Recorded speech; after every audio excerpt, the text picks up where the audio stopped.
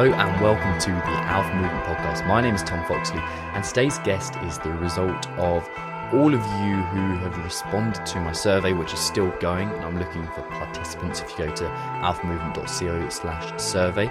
And what I kind of ascertained from your results is that you wanted to not only carry on with the health and fitness stuff, which is obviously very, very important, but also to kind of touch on what makes people successful. So what we're going to do is occasionally dip our toes into a more varied guest. Okay, and today is an example of one of those guests. He's a serial entrepreneur who's very successful in a variety of areas, from owning his own gym to his copywriting business and now to his coaching business. And that guest is Dan Meredith. Now, Dan has luckily a slightly polarizing opinion on a few things, and that's why he's a great guest to have on the show. And on with the show. So welcome to the show, Dan Meredith. How are you doing? I'm very well, buddy. How are you? I'm excellent, thank you. So why don't we start off with, because there might be people who are in the kind of the health and fitness side of things who haven't really heard about who you are, what you do, and kind of a few of your thoughts. So how would you describe yourself? Surprisingly successful, but very surprised at my success, serial entrepreneur. I think that's the best way to describe it. I would love to say this has been part of some 1, 3, 5 year master plan, but it's kind of make it up as I go a lot of the time, and it seems to be working. Nice. So how did you get started in entrepreneurship? So I started pretty young. So I started working before 16. So me and my dad had for those of you younger listeners probably won't even know what these are. We had a VHS round. So this was before the likes of Blockbusters and what have you was in the UK. And me and my dad used to kind of have videos, and we would go to people's homes and we'd rent them to them and for a profit. So we'd pick them up, we'd drop them back, and we did the town where I lived in at the time. And so I sort of started sort of fairly young. That, and I got a paper round, as soon as I can. And, before I knew it, I was taking on more and more different kind of routes, so to speak. And then I realized that I could pay my mates to do those routes. And my little sister, she's mentally disabled, but she's kind of with it. So I could give my sister some money to put the leaflets in the papers. And then before I knew it, I was kind of out. I was just the kind of middleman. So I was taking all the papers, taking the money, making sure everything was done, and then paying my mates to do the job, paying my sister to put the leaflets in. And I was just there. So kind of like, I always loved the idea of being an entrepreneur from a young age. Like, I never really looked up to anyone. I wasn't really like into like famous people, like, sort of musicians or sports stars or anything like that. I always looked up to people who were like, managing directors and CEOs and in the business pages and that sort of stuff. So I think I've been fascinated with it since, since I kind of knew what it was. It's the best way to describe it. So who's the first person that springs to mind when you think of the word, or when you hear the word successful? I mean, it's going to be Mr. Richard Branson. He's kind of the guy that kind of inspired me when I was younger. He lives the kind of life I pretty much would fucking love. And, quite a few of my friends have been to Necker Island. I've met him a couple of times myself. And he's just a cool guy. I like what he's about. He's always pushing boundaries. He makes failures. He just kind of cracks on. And he gives back. He does good things. So, I'd say if anyone asks me who it is, it's always going to be Branson. I mean, I've got all his books. I mean, he's a cool dude. Is there anything in particular about him, any particular stories about him that kind of make you resonate with him? I think so. There was an event I was at. It was in the Dome. And a friend of mine was kind of one of the sort of project managers of it. He said, "Hey, do you want to come along? You can sit in the VIP bit." And I was like, "Yeah, okay." Just on a whim. I thought Sunday night I had nothing to do. So me and my then girlfriend drove down, and we got in there and we're in the kind of, the enclosed roped off bit. And it was nice. It was fun. And then there was another bit, which was like the double VIP bit. And people had paid, crazy money to get. So they got to have, I think, something like just a few minutes with Branson, each one of these people. So as he came into the VIP bar, you had people literally clamoring like weird, like trying to grab him and wouldn't let him get through. It was just like fucking strange. But he had security and he got through, and everyone was just kind of pestering him. And he came up to the bar to get his own drinks. He just happened to be stood next to me, and we just started chatting. And he's just a really funny, ordinary, nice guy. I mean, he's obviously very, he's quite posh and well-spoken, all that kind of stuff. But he's just a normal guy. And I think that's for me obviously he came from quite a wealthy background, but I've met a lot of very successful, very wealthy entrepreneurs who've come from, gentry from the gutter. They've started at all different ends. And the crazy successful people I've met, you can have a pint with, you can joke with them, you can take the piss out of them, they'll take the piss out of you. For me, once I started spending more time around successful people and realizing how ordinary they were and how normal they were and how nice they were, it kind of broke down a lot of barriers for me. Like a lot of people see these, multimillionaires or billionaires or whatever you define success as, whether it's monetary or life or whatever. For me, when I started doing all the masterminds and traveling and meeting these people and taking them out for lunch and just being around them, I soon realized they're just normal. They're just like us. And that for me was a massive realization, because I thought, well, if they can do it, what's my excuse? And ever since I've kind of got that into my head, my life, business, happiness, fun has just exploded. So where does this drive come from? Like, I know a lot of people have something, you're going to love this phrase, a higher purpose, or something that they're working towards, a kind of a grand vision maybe. But you said you didn't really have that that kind of structured plan. Is there something that you're kind of working towards that you vaguely It's always, the theme has always been this. So ever since I was young, I've wanted to be successful. I've seen firsthand what not having money does to people. And it's not all about money. I know that, and I know I've mentioned money quite a few times now, but what I've realized is, they say money can't buy you happiness, and that's true to a point. What I've noticed is when you have money, is it gives you freedom, it gives you time, it gives you options. And that's always been, my freedom. Like, for example, I realized that I hate being tied down to anything. So, like, I'll pay a year up front for a phone contract, a rental, whatever. I'll pay everything up front if I can to not be in a contract. Does that make sense? I really value my freedom. So for me, I think there's been this overarching need for freedom. Like, I hate being constrained. When I was in the corporate world and when I was working, for people, I was like the most successful salesperson in every single team I was in. Genuinely, I've got all my stats to prove it. I was good, unless someone tried to manage me. If they just left me alone, I would never do anything wrong. I would just make them all the money.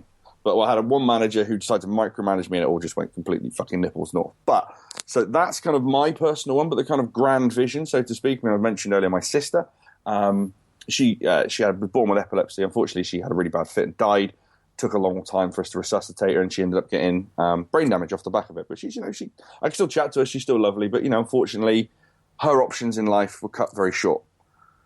So, I'll talk about that later, because I do have a bit of an issue with people who make excuses. And, with my sister not being able to actually do a lot of things, it's like, you've got a fully functioning brain and body, shut the fuck up. Anyway, total side point.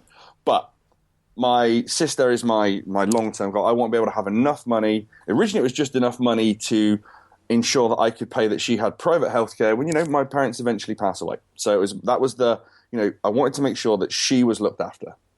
And I knew how much this would cost. I've always had a sort of certain figure I need to earn per year so I can make sure that that's done. But then as I've started, as I spend time with, her more and some of her friends, and there's a lot of adults with, learning disabilities, and I patronage the charity called Springboard, which helped my parents and my sister when she was very young. So I've seen what support there is and also what there isn't.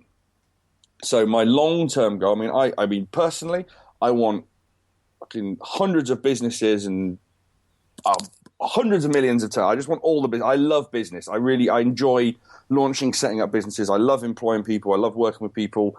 That's my selfish one. But my kind of long-term goal, which I want to do, is I want to have the vision is UK only, just because I can control that. I want to have, kind of small care homes for adults with learning disabilities, with a carer, so they can have some friends. And that's the thing I notice. A lot of these people, they're quite lonely. They don't get to interact with people, and they're often, a little bit ostracized from society. I mean, I've grown up with it, so I'm used to people with, learning difficulties. It doesn't bother me at all. But I know some people just, it's different because they don't interact with it every day. So I want to be able to give these adults a safe place to live where they can make friends and they can be, in society but cared for. So that's the grand plan. I have no fucking idea how I'm going to do it, but I'll do it somehow. You're manifesting it. So fuck off. You say that one more time and I will hang up, you fucker. So Family's obviously a big point or a big part of your life, and I know you mentioned your dad quite a lot Yep. on social media. He's obviously played a big role as most people's dads do. Is there a particular lesson that he's taught you, or a story that particularly kind of stands out that helped you get where you are today? Um, I mean, my dad has never. I think my dad. The thing I've learned from just being around him is my dad's never complained. He has always, he's always gone to work. I don't think I've ever seen him have a sick day. I cannot remember a day of him being at home unwell. And he's obviously been unwell. We get ill, but I can't remember it. My dad, work ethic has definitely been learned from my father. And when he helped me with my, we had this crazy paper round which I took on too many people, and he helped me once. He came with me one evening, and long story short, he ended up pretty much nearly ripping a finger off. Got caught on a letterbox that came off. He came up to me just with a newspaper writer in his hand. I didn't even know. Calm as mustard, saying, "Son, I'm afraid I'm going to have to leave you to carry on the rest of the round." He said, "You've got to get it done. The paper's delivered on a Wednesday. The trolley's, down that street. I need to go home." Didn't say why. I mean, this is a man with a finger hanging off. So I think he taught me a degree of kind of not only work ethic, but resilience and kind of mental toughness. And also responsibility, because I didn't even know this. I mean, my dad, as we do, got made redundant once, and I didn't even know. He still went out the door, had his suit on. He was going out. My dad found work within a week, and this was in a recession, way back when. So I've been taught to just kind of, just to show up every day is massively important. That's what I do in my group. Every day, whether I want to or not, I show up. And that's a really powerful lesson that I've learned from him. And, that work ethic is kind of drilled through me. I mean, my dad, this is just an interesting little story, obviously, depending on when your listeners are listening to this. We've just recently had the EU vote, and talked to my dad about this, and he said, he's retired now, but he's one of these people that can't stop working. He loves work. Like me, I enjoy to work, so does he. But he just wanted a little something, just kind of something to keep his mind active more than anything. And he went for 6 job interviews for not fancy jobs, just jobs where you just need a body to do a thing. Okay. And he got offered all 6. So my dad's 65 with knackered knees, yeah. And he said in the kind of recruitment rooms he was in, he was the only English person. And it was a real fascinating thing to see that obviously my world is more entrepreneurs and self-employed and people who are going out there and doing it. But it was just fascinating to see that my dad's 65 years old, people are saying there's no jobs and there's no opportunities. And obviously these jobs, we're not talking, fancy jobs here, but, if you need money, you get a job. That's it. Obviously, I espouse and love the world of entrepreneurialism and doing things on your own, but sometimes you just have to knuckle down and get a job. So, and go on. No, carry on, that's it. So what do you think separates people with that kind of attitude to the people who won't go out and help themselves? To be honest, I honestly don't know, because I think I'm not surrounded by anyone who's like that anymore.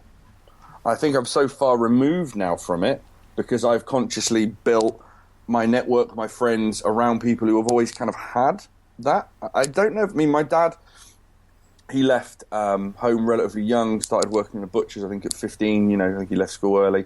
And it's just something he's done. It's just something my dad drilled into me. I don't know if it's a generational thing. And me and you have spoken about this before, about the actual concept, if you want to achieve something, is it does involve hard work. Yeah. I think people are looking for an easy way out. Obviously, I get a very large portion of my revenue from online, through Facebook and through my interactions, daily in social media. But I'm doing it for like 10, 12 hours a day. It's not like I'm just popping in, putting a post up and pissing off again. Yes, don't get me wrong, I have a lot of fun. But there's been 3 years of work and another 15 years of learning sales and marketing behind the fun that's now. So I think everyone's looking for a quick fix, and it's a bit of a misnomer because there just isn't one. I don't know. The only kind of quick fixes I've ever seen are based purely on luck. Something you do goes viral. You meet the right person at a restaurant. That's the kind of the luck. But I wouldn't be basing my life on that. So lots of people will look at your story, and you actually do a very good job of nullifying this. But they'll look at your story and see from kind of a very kind of typical beginnings to a linear success story. But obviously it wasn't entirely like that, was it? No, not in the slightest. I've managed to, through hard work alone, make myself very successful in sort of personal training, copywriting, advertising, and in the headhunting recruitment game. But, I had a point where me and my business partner, we had a recruitment business in London. It was, he was the major investor. I was kind of his right-hand man. We fell out. All good now. I mean, he's a very successful guy. He's, I wish him nothing but the best. But there was a point where I was living in London. I had £22 to last me 6 weeks. And I had, when they say I had nothing, I mean, obviously the fact I had a roof over my head, so that was a start. But, couldn't pay my bills, couldn't do anything. And because of the kind of like the clause I had, because it was a corporate job, I couldn't go straight back into that world. So I had to get a job as a doorman and a floor manager in a strip club. And I ended up fucking cleaning out shit tanks, getting spat on. I remember getting in at like 4 or 5 in the morning. Roadworks would start at 8 o'clock. Then I'd get up and then I'd be going through the papers, trying to find jobs and, literally knocking on doors and just trying to get some, sold person at one point when, I've done this twice now, I sold personal training door to door. When I launched my gym, everything went on the credit cards, everything went into it, to make sure the staff was paid. And we went door to door selling PT and we signed up 3 of our biggest clients off the back of it. So for me, I've had, some highs and lows. There's been times I've had literally nothing. And obviously I've always got that thing in the back of the mind of making sure my sister and family are all sorted as well. So yeah, I mean, when you're waiting, timing the closure of Pret a Manger, they put the sandwiches in the bin round the back and you can get them before they go moldy, then yeah, you probably, it's a little bit of a low, but fuck it. I don't see it as, it's not something I look back on and woe is me. It's just part of my backstory. And I look at it now as thinking, right, if I can get through those times, I can get through anything. And my mentor recently did a post in one of my kind of coaching groups, and it was about the concept of stoicism. And I'm not going to go too deep into that right now, but it's something that's quite new to me. And the concept of experiencing the worst that can happen before it actually happens. So he said things like, like don't shower, shave, do your hair for like 2 or 3 days, wear unfashionable clothes, give yourself like literally like £2 or a couple of dollars to just live off food for a couple of days. Obviously, sleep. He said if you want to go really good, you could sleep rough for a night. But if you have a nice home, sleep on the floor, don't use anything electronic. Just basically really role play your life going completely to fucking shit. And it's like desensitizes you when you realize that, even when things go really wrong, that you can get through it. You'll still be alive the next day. You're still here. You can still do stuff. It's quite powerful. Have you ever practiced anything like that? Like kind of outright said, like, I'm doing this to practice hardship or to endure hardship. Yeah. Yeah. I try it with different things, and I'm going to try, sometimes I've tried going it without, money for a period of time, and I just see if I can manually, like for example, one time when I had a fair bit of money, I put everything aside and I said, right, no food, no nothing, I'm going to have to go and earn some money, not on the streets as in begging, but I'm going to have to go hustle some cash up.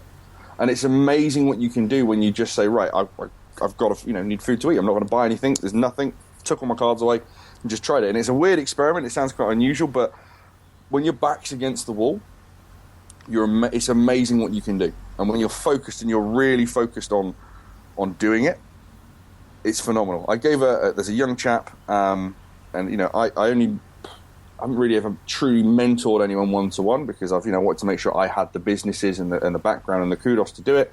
I feel I'm there now, so I was looking for just one. I'm still coaching people, but just one person to work with, for a long time. And this gentleman had kind of come to mind, and I set him a ridiculous challenge. It was to generate a certain amount of revenue because I said, I'm not going to work with you. And obviously, my time is money. So I said, you need to go and get this amount of money. And I gave him until Friday midday. So we're recording this on a Wednesday, and that was Monday. I gave him that, yeah.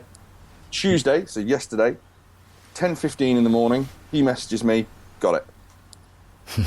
So he knew this at about 11 o'clock at night on the Monday, and by 10 morning the next day, and he'd found it because he wanted about. I'm nothing that special, but he believes in me. He believes I'm the right person. I believe I can work very, very well with him.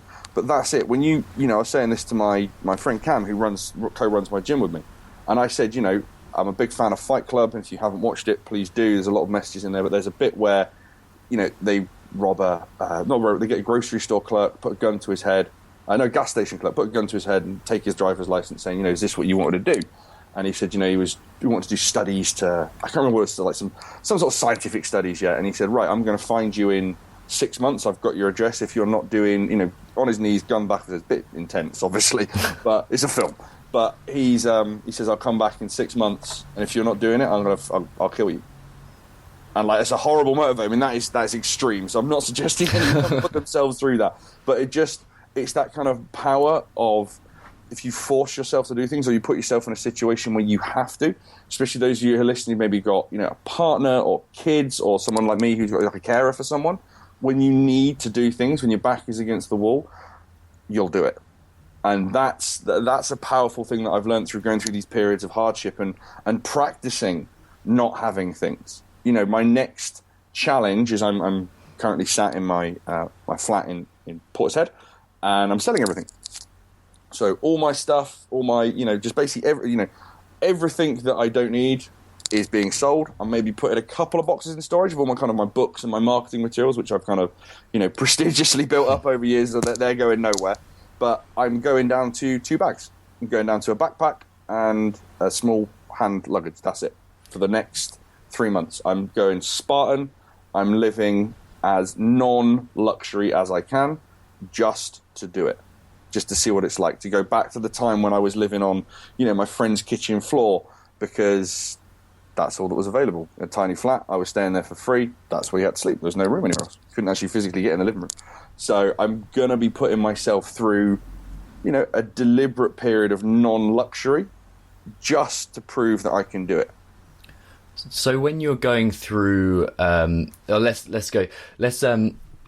when you were rooting through bins for sandwiches at Preston Marché, what was going through your head at that point? Honestly, it wasn't.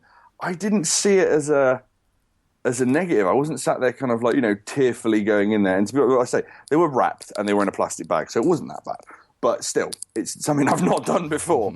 But it was, for me, I saw it as like, I'm smart. Look what I figured out. I've just found free food. So in my head, like all these negative things. Obviously, I give myself, I sort of give it to 24 hours of being a little bitch. This is what I do. So if everything's gone completely tits up, I will buy myself a bottle of spirits. I'll get a pizza. I'll get a computer game or watch some of my favorite films, and I will just allow myself to feel sorry for myself for 24 hours. That's it. That's my pity party. I throw it by myself. No one else is involved. Have a little fucking moan, have a little cry, have a little whinge, whatever. Get drunk, wake up, alarm is set for fucking 8 o'clock the next day or 7 o'clock if I'm feeling particularly sadistic. And as of that time I wake up, bitch time is over. And I have to proactively work to get shit done. I have to do something to improve my situation. And I've had that philosophy for years, and it has served me very well. Do you have any steps in place that prevent you from getting to that point? In what way, buddy? In terms of, stopping you getting wrapped up in your own thoughts and negativity. Is there anything you do on a daily basis or? Yeah, monthly? For me personally, I don't. So, right, for starters, obviously you've got quite a male audience here. I've suffered from this myself. A lot of people don't talk to each other. So I always say having someone you can talk to is really important. Massively, massively important. Having someone you can just go for a beer with, go for a walk and chat, have a coffee with. I'd say not bottling it up is probably the biggest tip I can do, and I think men are particularly prone to this. We don't talk about stuff when it goes wrong. I don't know, there's a degree of pride or conditioning, I don't know what it is, but it's prevalent. So having, an individual or a group of individuals, maybe it's a group, it could be on Facebook, could be in person, but having someone that you can talk to is going to be key. But for me personally, just on a daily basis, obviously for those of you who are listening who have jobs, this might be a little bit difficult. If you're self-employed, you can kind of dictate how you do things. I have a very strict morning routine. I don't turn on any notifications until about 11 o'clock. So basically my morning up until about 10 is about, I train. now every morning. I kind of lapsed a little bit, but I'm sticking back to it now. I used to, obviously owning a gym, I probably should. I train every morning. I generally watch some comedy or a film. I make sure I get my nutrition done for the day. So basically the morning, I put myself in a really good mood. I don't do anything for anyone else in the morning. So my morning sets my day up. So by the time my 2-hour kind of window's done, I've exercised, I've eaten well, I've hydrated, I'm in a good mood because I've either watched something funny. I generally will just do something daft on my Xbox or PlayStation. Literally just 20 minutes blowing some things up. Like, it's just mindless. It's just all stuff to just get me in a very chilled, happy mood. And then if I turn my notifications on and someone's pissed me off or there's an email in there that's just annoying me, and this doesn't happen often, but if I set my day up the right way and get all the shit that's important to me done first, I look after myself first, then the day tends to go really, really quite well. What does your training look like at the moment? So, yeah, I mean, you got to think. So I've got some of the world's best trainers and nutritionists as friends, just from one of my businesses called I Am The Fitness Copywriter.com. It writes words for fitness people so they can sell more of their stuff. So I got to know a lot of really successful people through that, and obviously I've moved away from that now. Still have that, but it's run by the people. And it's just, I got to the point where, because I had so many awesome bits of advice and all the things that I learned, and I've learned, I'm educated myself in that arena, and I'm fascinated, I'm still interested in it. But I found to the point where I was just not doing anything because I sort of knew I didn't know which way to turn. So I went old school. So when I used to weigh 10 stone. I'm 6 foot tall.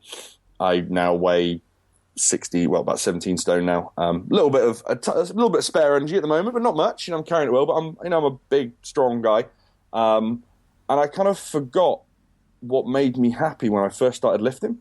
So I just kind of, I'm old school as fuck at the moment, mate. I'm doing 5 sets of 5. Squat, bench, bent over row one day. Next day, military press, chin up, deadlift. That's it. I'm literally doing alternating those days, and in between, I'm doing HIIT training. So one day's boxing, one day's sprinting, and one day's kind of, I've got a ski erg, so I'll often do like a cross-country skiing. Just sprints. So basically, mate, sprints of hitting things or lifting heavy things. Very simple. Like, just not trying to impress anyone. It's just doing it for me. What's something that you believe that others think is controversial? Oh, that's a good one. I wouldn't say controversial. It's just one of those. It's just a philosophy that it sounds alien to a lot of others. I mean, I'm quite a Democrat. Like, for example, with the recent EU debate, I have my side. I have the way I went. But I can understand. I'm very good at understanding, both sides of the story. I'm understanding, your argument versus my argument. Some of the things you speak about with more of the kind of more, let's just say, woo-woo language, yeah? Yeah. Even though I'm very anti the concept, I get it, but I can appreciate how it works for you and others. So just because I'm like, it's not for me, doesn't mean it's not for you or anyone else listening. It's just my stance is, so you'll say manifestation. Oh, let's clarify. Yeah. Like, I don't think anything with the universe is conspiring to help me. I think that I'm picturing something in my mind, and because of that, I'm taking the right steps. Yeah, so someone will say manifesting, and they'll have that thought process. I'll say using your reticular activating system. It's kind of the same fucking thing, but I prefer to err on the side of science and proof. Other people prefer more, universe, and that's fine. I can appreciate their point of view. So, but going back to your point, one of the things that I say is I preach being selfish, as in you should look after yourself first, whether you are single, in a partnership, you've got kids, and that may sound alien. I don't have kids, so first of all, might be some parents listening again, well, fuck you haven't got kids, you don't know what it's like. But I've got a lot of friends who are parents, who are, partners, marriage and stuff. When people focus on making sure that they themselves are sorted, so that their health is sorted, that their mindset is sorted, that their finances are sorted, they look after themselves, this kind of radiation effect goes into everything else of their lives. So I know couples who put their, a lot of parents put their kids first and foremost on everything. Some of the best couples I know who have children focus very much on their relationship as husband and wife first. Obviously, the kids are important. Obviously, they're looked after. I'm not saying that. But what they do is they focused on themselves, their relationship, and as a result, the love they have, the kids feel it. And every couple I know that kind of does this sort of philosophy, they're happy as fuck. Kids are fun. Like, they're great. They're great to be around. And I've got my friends who've got kids really in there now, a couple of years into, having a kids and they're bickering. And obviously, I've seen what having kids does to people. But because they put all their energy into the kids, they've lost, they themselves are tired, they're unhappy, they've gained weight because they've not looked after themselves. So you don't look after yourself at the expense of others, but looking after yourself is you're basically serving whoever's in your life better by making sure you are optimal. If you're the best version of you, they get the best version of you as well. Is there a time that's particularly applied to you? I had a long-term relationship that is no more. We're still very good friends. But I focused too much on the business, growing the business, getting the money. That was where my mind was at. Whereas, I let myself go. I gained weight. I was a really strong guy. I loved lifting massive weights, and that dropped away, and I trained less and less, and I found I was drinking more because I was stressed, and then that obviously spilled out into my relationship, and as a result, it's just kind of all sort of spiraled, a little bit out of control. We ended up, drifting apart. I mean, let's face it, when we met, I was kind of, rugby player build, quite lean. I even had, I think, 2 abs at the time. Very broad, athletic, kind of well-built guy. And then there's this guy there who's, sat, gained, a bit of a belly on him now. It's just not appealing. So, I'm not saying it's all about the physical, because obviously I neglected the mental side as well, but that was a big realization that if I'd have just focused a little bit more on me, made sure that I was happy, then there would have been a better partner, probably would have been a better businessman as well, because I wouldn't have been so, stressed all the time, and my health wouldn't have suffered quite so much. So yeah, it was very prevalent for me that, now I'm very selfish, as in, like I said to you, obviously, okay, case in point, we've been trying to arrange this interview, this podcast. It's been totally on my schedule, hasn't it? Yep. It's been, I'll let you know, I'll tell you when to message me, you do, and it's now happened, we're now doing it. But I don't let anyone interfere with the stuff that is important to me. That comes first. My health, fitness, wellness, mental health, relationships, that's all first now. But it starts with me in the morning. Who taught you that, or where did you kind of pick that idea up from? That was from a gentleman called, I got a lot of it from a guy called Ben Settle. He's a master copywriter and was my coach for a period of time. And he has a very adamant morning routine. And just, it's like I said, spending time with successful people, you find, I love that phrase, success leaves clues. So obviously when I was, quite poor and struggling, I'd still try and get myself in a room with successful people. I'd try and get myself, in there to chat to them and all this kind of stuff. And you just, you have casual conversations. I just started noticing patterns. A lot of these people had a morning routine, they were very strict with their time, that, they would only reply to me if I was, when I was coaching with certain people in certain time periods. And I realized that these people, excuse me, very much live by their own rules. And that is something that I picked up on. And then I started finding, people had morning routines, evening routines. There's a lot of routine. So they had a lot of fun. It looked like they were doing all, but they had these fixed variables that no one touched. And then I read a book called The 12-Week Year. That cemented it for me. So the concept in that book is, again, this is difficult for those of you who are employed. So just sort of, the concept is trying to do 12 weeks worth of work in a year, which sounds contradictory, but if you read the book, you'll see actually it does kind of make sense how they present it. And they talk all about blocking. So they would block out, they say, so right, let's just say you got your 40 hours of your week. The things that you put in your diary first are, time with your spouse, time with your kids, exercise, downtime, time off.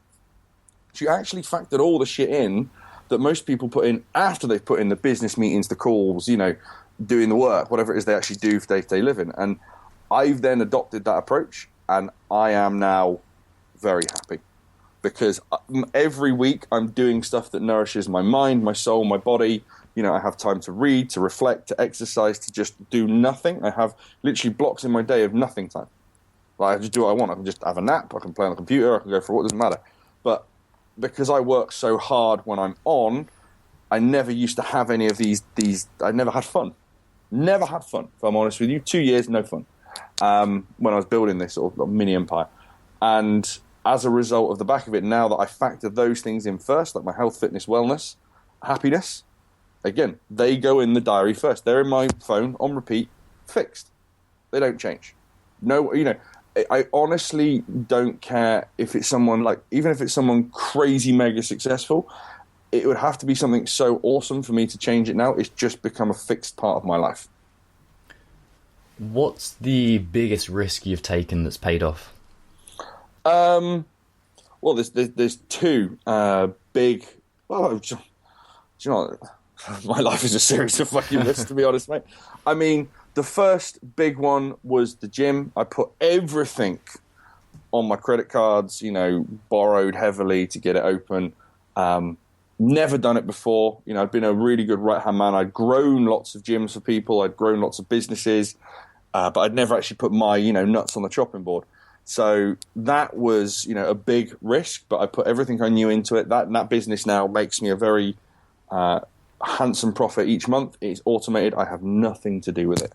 So that's, if it wasn't for that gym, because that gym gave me the freedom, because obviously it generated a profit, I put a team in and I could step back. That gave me the freedom to pursue everything else. Obviously, same when I went into the kind of online copywriting marketing game with Ryan Levesque, I literally gambled the last 1,000 I had to work with him. And that gamble massively paid. We wouldn't be talking now, Tom, because you wouldn't have heard of me. So that massively paid off. And then obviously my mentor now, I'd saved up, all the pennies for someone who didn't come from much. I was quite proud of it. That went within, I think, 24 hours of us working together. And I was like, I just trusted him, just trusted the process, and I just did the work, and we got that back 17-fold in 8 weeks. So yeah, there's the three risks as an entrepreneur. Before, honestly, I was very risky. I'd push it, but never too far. So I would, I'd push the boundaries and maybe some certain calls or trying to get in touch with certain people or maybe just kind of pitches and stuff. Never do anything unethical, but just, kind of maybe chancing my arm with people. But I never, until I was 33, put my own money, my own neck on the line. I'm fucked if this doesn't work. And ever since I've kind of, backed myself, things have been pretty good. What's the most important thing that you learned from working with either Ryan or Dexter, or you can do separately if you want? God, that's a good question. I'm just trying to think of a good way of answering that. Honestly, I think it's from those two people specifically. Yeah, both of them are furiously hard workers. When I worked with Ryan, his schedule, I stayed with him for a good few days and we traveled together and stuff. And showed me his calendar, and it was just full. It was literally full. He literally, from the moment he woke up until, he decided to call his day quits, full, 6 days a week. Dexter has routinely told me he's worked 2-3 days on the trot before with no sleep, because he's trying to, put together a business deal or do things. For me, this is not for everyone. What I'm saying is there are times in life when you just have to knuckle down and do the work. And that's the kind of thing, it's that kind of ability to turn on that crazy work ethic for a period of time to level up to where you want to be next. So, obviously you have a very strong exercise background. You know what you're talking about. Sometimes I've seen people, we've had great success in our place now. I do believe exercise needs to be done steady, progressively. People stick to it. But some people, for them to stick to it, they need to see results fast, like 1-2 weeks fast, or they'll just lose interest. So sometimes you have to work with the personality as well. So, sometimes I've done things where I put people on, quick, short, maybe just kind of like protein kind of only type diets and loads of training, double sessions, and just so they can see the scale move and see, close. And then we just throttle back and go to a normal routine, because I also like showing people that they can achieve things very quickly in a period of time. That is obviously not the right way of doing it. So I know you've got a lot of fitness people who listen to you, Tom. Please don't hate me. I'm saying the reason I was such a good trainer, and we actually have virtually a 0% turnover in our gym here, is because we give the clients what they want but also hidden in is what they need. So it's very key to have that. A little bit of a sidestep point there, but yeah, work ethic, the ability to work hard for a period of time, the ability to push boundaries and limits for a period of time is kind of the key theme I've got from those guys. What's the best purchase you've made recently for £100 or less? Porter 46 bag. Okay, why is that? Yeah, it's it sounds silly. That gave me my freedom. So I used to hate air travel. Obviously, you've been friends with me for a while, Tom. I'm always in the sky. I'm buggering off to the States, to Europe, flying around, or I'm on the train. I'm always off adventuring, doing something daft. The reason I love that, but I used to fucking hate flying because I hate inefficiency. I really, I'm the hardest working lazy person you'll find. I will work my nuts off for ages to get something so simple that I don't have to do it again. Or it's just like takes a moment of my time, which sounds ridiculous, but that's just who I am. So for me, get off the flight, you have to wait for that fucking bag thing to turn up, and you have to look at the stupid carousel, and you stood there for ages, and like you land, you just want to get out, you're tired, and you got to wait another hour or 40 minutes, however long it takes. Port 46 is the best bag on the planet. It's the largest and most practical bag that you can fit into hand luggage in any single plane. And I've got really good at packing. Like I can pack for a month in one bag. Like I'm good to go. So for me, it just gave me my freedom. So instead of having to do that whole checking in, I just hate it. And I've had friends who've lost luggage, and I'm thinking I would lose my mind if that happened to me. So I just literally have everything in one bag. It's with me all the time. Hop on, hop off planes. It's given me my freedom, mate. I just literally bags packed. I sometimes, honestly, mate, I've gone to the airport before with my passport and just said, "What have you got?" Yeah, just gone.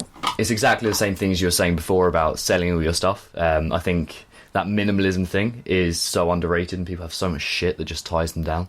Yeah, and that's it. I mean, it's different. Again, I'm very conscious that, kids, family, mortgages, life, all that kind of good stuff. It's very, very different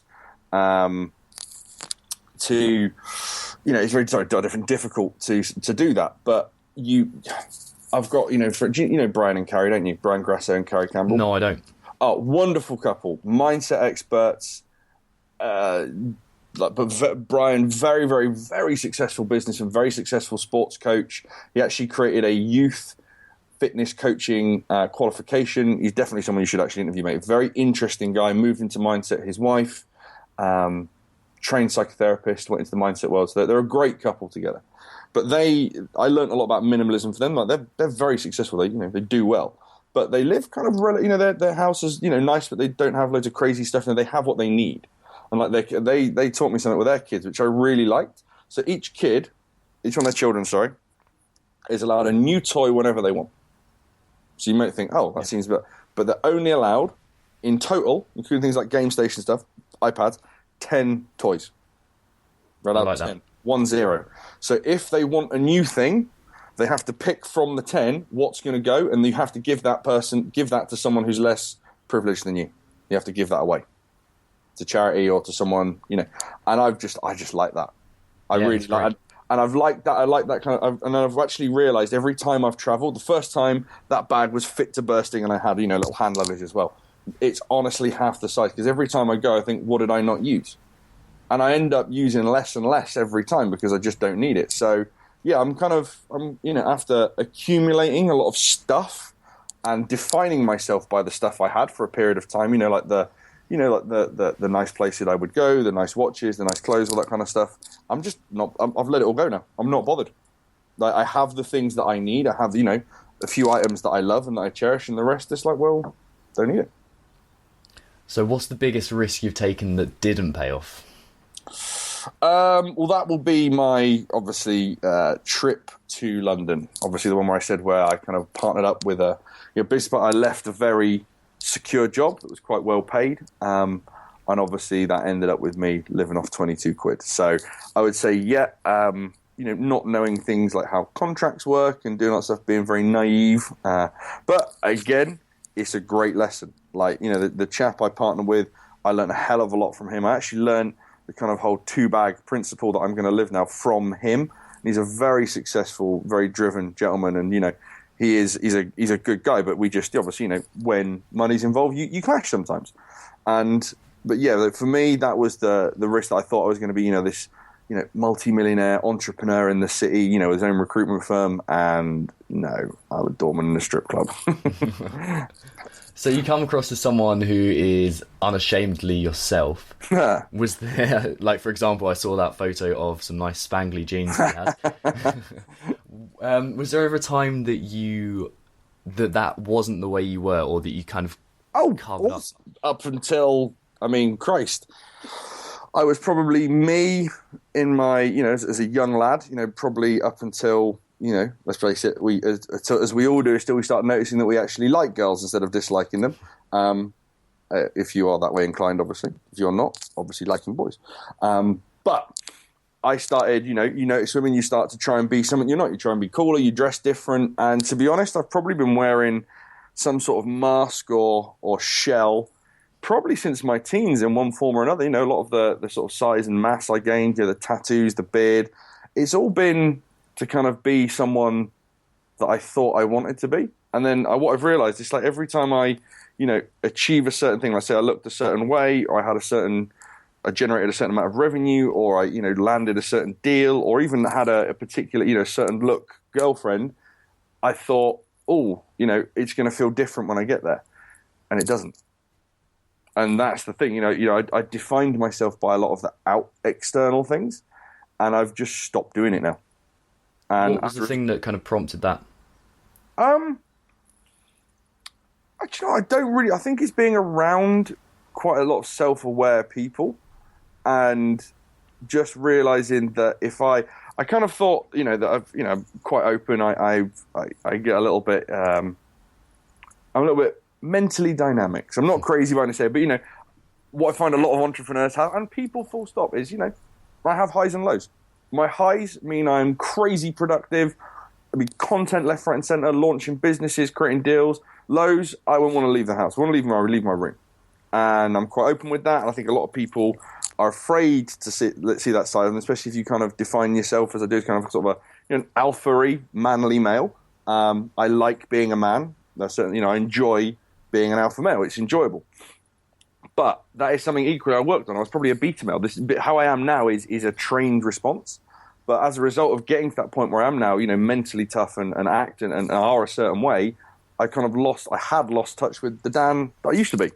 So being around more, what I've met is a lot of very, tough, masculine, successful men who actually know very much who they are and very open with their flaws and their issues. And, there's a guy, I won't name names, but he's, multi-millionaire in the States. He's kind of leading a kind of like a little bit of a male revolution thing in the world that he's in. He's a very cool guy, wonderful wife, really happy. But this is a guy who was like strung out on drugs and drink and homeless for a period of time because the shell, the kind of persona he built and the life he built was built on, sand. There's no foundations to it. And when it all started to crumble down, he had a kind of identity crisis, didn't know who he was, what he stood for. Everything that defined him as the man he was just taken away.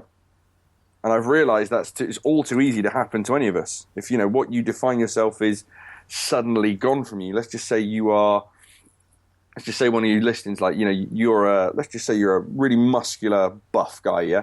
And you love being the big guy and being strong and looking the way you are. I mean, what if suddenly all that muscle was taken from you? What if you were weak? Who would, if you've defined yourself as being the big, strong guy, like I did for so long, then if that goes, then what's left? You don't know. So I kind of say it's a little bit metaphysical and conceptual, but kind of understanding. We did an exercise in my coaching group called Core Story, which is basically understanding why you are who you are and why you do what you do, and really digging deep into your past, into instances, things that have gone right, things that have gone wrong, and just kind of understanding what you're about. And it's a hard exercise. And, we've had people in tears and like literally just like mental blocks and needing to be talked through certain things because they just can't answer because it's so painful for them. But understanding why you do what you do, who you are, what you stand for, what your values are, what you don't like, what you do like, really understanding that like at a deeper level gives you so much more freedom because you know what you're about. And then if you don't like anything that's in there, you can change it. You can work on it. What's the the thing that pisses you off most about either people or the world of entrepreneurship? Oh, that's a good one.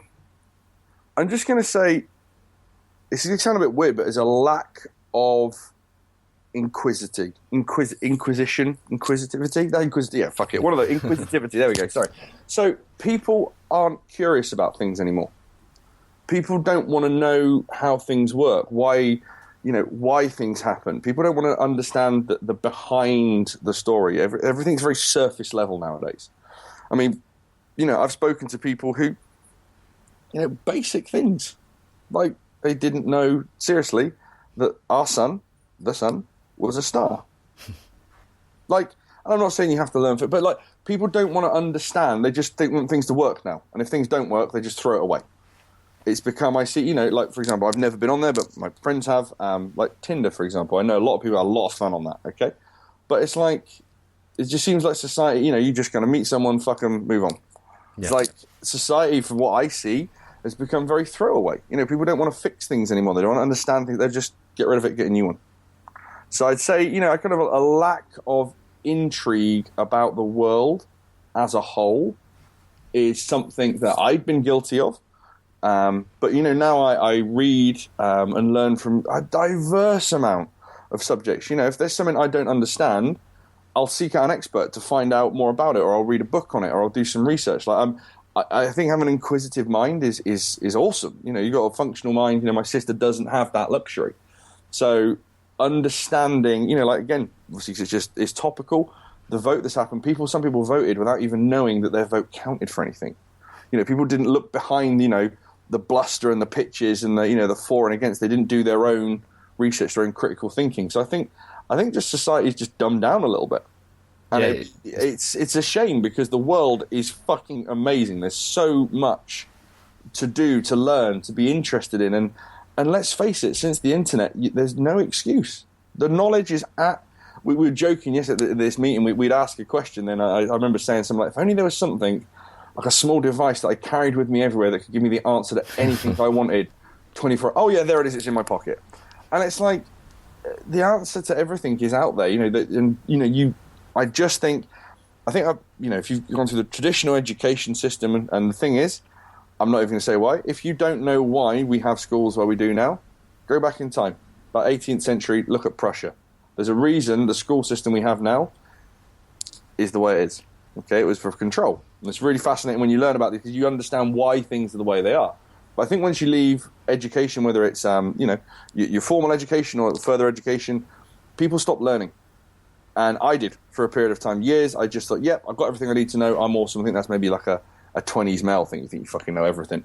But as I turned 30 and I'm getting older, I'm becoming more and more fascinated by the world, and I want to learn things. And I think constantly learning, and not at the expense of doing. I want to make sure, especially for entrepreneurs, the doing part is important. But being fascinated with the world, learning things, understanding how things work, being inquisitive, that's the thing I think is lacking. It's a shame. If someone was thinking about or dabbling on the edge of entrepreneurship, maybe they've just come out of school or uni, or they've got a job that they're not really too happy in at the moment, they're thinking about entrepreneurship, what advice would you give them? Don't spend too long in the kind of contemplation phase. So I would say, there's a great book I like called Ready, Fire, Aim. So obviously, usually it's ready, aim, fire. So what I think a lot of people do, if they want to dive in or try entrepreneurship or try being self-employed or something, first of all, see if there's a market. Okay, just because you have an idea for a thing or a business, do some research, find out if there are enough people out there who want to buy your thing. Are there people already buying it? Are there other people who are doing something similar or in a different market that are buying it? So first of all, research the validity of your idea first of all. Okay? Get it to the point where you've got, a rough idea, a rough business plan. You kind of know what you're going to do. So you basically, there's an audience and you know what you're going to do, and then just fucking do it. Like posting someone on social media saying you're going to launch a business then, or as I did, I've wanted a gym since I was 18 years old. And until I literally whacked that money down as a deposit for the unit, it never happened. So for me, it was a case of until I committed. So whether you do that publicly, for the whole social, proof kind of thing. You don't want to look like a dick in front of everyone or you do it financially, as in you back yourself. There needs to be a point where you just take that step. No, you won't know what's going to happen after until you've taken that step. And that's the hardest one for people to take, because one thing I've realized is, and I do a lot of study on, I'm interested in neuroscience and psychology, so I'm always reading up on this sort of stuff. People's brain, we're wired. There's only so much we can think about in a day. So what I've noticed is that, let's just say for my gym, okay? So up until that point, I've always thought, what if? How would I do this? What would I do it? Where would I do it? What happened if it worked? So all these what ifs, yeah? Until I put my money down. Obviously, I still had a bit of what if, but now I'm like, okay, I now have to do. I have to actually go and fill this fucking gym with members or I'm buggered. So basically all that mental computing, think about it like when you've got too many windows, too many tiles open on your phone, or you're running too many programs on your laptop. You've only got so much RAM, like mental RAM, to basically think about things rationally. So all those thoughts about what happens if I have a unit have now gone. I have a unit. I now have to fill it with thoughts of, okay, how do I fill it? What marketing do I do? What's my sales tactics? What funnel do I do? Who do I meet? See what I mean? Yeah. So you've taken that big step to say, this is what I'm doing. Nothing's going to happen. You can plan. I tried to do things the proper way through the banks and, through a business plan. And honestly, they're fucking shit. Mm-hmm. Business plans, honestly, aren't worth the paper they're written on a lot of the times, because no one sticks to them. You can't predict it. It is very much a case of you writing out a nice big essay with your best guess of what's going to happen. Yeah. And, life doesn't have a business plan. Shit gets thrown at you all the time. And I think one thing that worked for me since I've become an entrepreneur, it's made me very resilient as a human. Shit gets thrown at you all the time. All the time, and you just get really good at dealing with it. And whereas previously you might be running around like a headless chicken, now I can see an email with something going completely wrong, payment system going, maybe someone's complained about someone I know and wants me to speak to. It doesn't faze me. What book have you gifted most to someone else? Well, the book, so there's two. There's one, so the first book is How to Be a Key Person of Influence by Daniel Priestley. That was pretty much the book, along with a 4-hour work week, that changed my life, really. Really made me think about things in a very, very different way. And then as I've grown, and I'm going to give this away to hundreds of people soon, it's the Seth Godin book, What to Do When It's Your Turn and It's Always Your Turn. That's a brilliant book. Yeah, I read that in a flight from Vegas to LA. It was given it to me by a friend and nailed it in the flight. It was a short flight. And yeah, just changed. Literally, I came off that plane a different person. I can't believe you didn't use that as a plug to promote your own book. No, that's not. Fuck off. No, if my own book changed my own life, that would be the most douchebaggy thing. But you have gifted it to a lot of people, so. Yes, I have. No, so, yes. I'll give you a quick shout out there. It is a very, very good book. And Thank you. It's very applicable as well, unlike a lot of the books that you see out there. Thank you, man. Yeah, I mean, it was a fun, challenge to do it. I didn't expect it to it's still at the moment a bestseller on Amazon. Next week. Three different categories, yeah, which is bizarre. But yeah, it's. I've only had a handful. The beautiful thing is, whatever you do in life, like this is something I have to get used to. There's going to be people who just don't like you because they don't like you, and that's cool. They're entitled to their opinion. I'm not going to try and change it. And a lot of people focus on the negativity. I think I had I've had nearly 400. I've got a file of them, like testimonials, messages, thanks, 100 odd reviews on Amazon. I think I've got one not good review on Amazon. And the natural human reaction is to focus on that one, slightly shitty one. It wasn't even that shitty. It was just like, he said, yeah, this could have been condensed and, they're swearing in it. And I'm like, okay, well, it's pretty fucking obvious from it's called How to Be Fucking Awesome. It's on the title. So, you should have spotted that one, that it was going to be on there. But I'm like, okay, the old me would have been like trying to reach out to them, trying to, turn them round. I'm like, do you know what? That's your opinion. I'm really happy about the several hundred people and the, literally many thousands of people who bought this book and loved it and it's helped them. So, yeah, a bit of an odd one, that one, but, I'm proud of it. Awesome. Well, where can people find out more about you? And actually, where can people find out more about your sister's charity or the charity that supports your sister as well? Yeah, so the charity side of things is called Springboard. It's in North Somerset. springboard.org.uk, I think, from memory, but don't quote me on that one. So Springboard North Somerset, that's the charity. So they help parents with kids with learning and mental disabilities preschool, which is often the scariest time because you don't know what the fuck you're doing. And getting help like that is invaluable. So they're really good people. It's all volunteers. They're good people.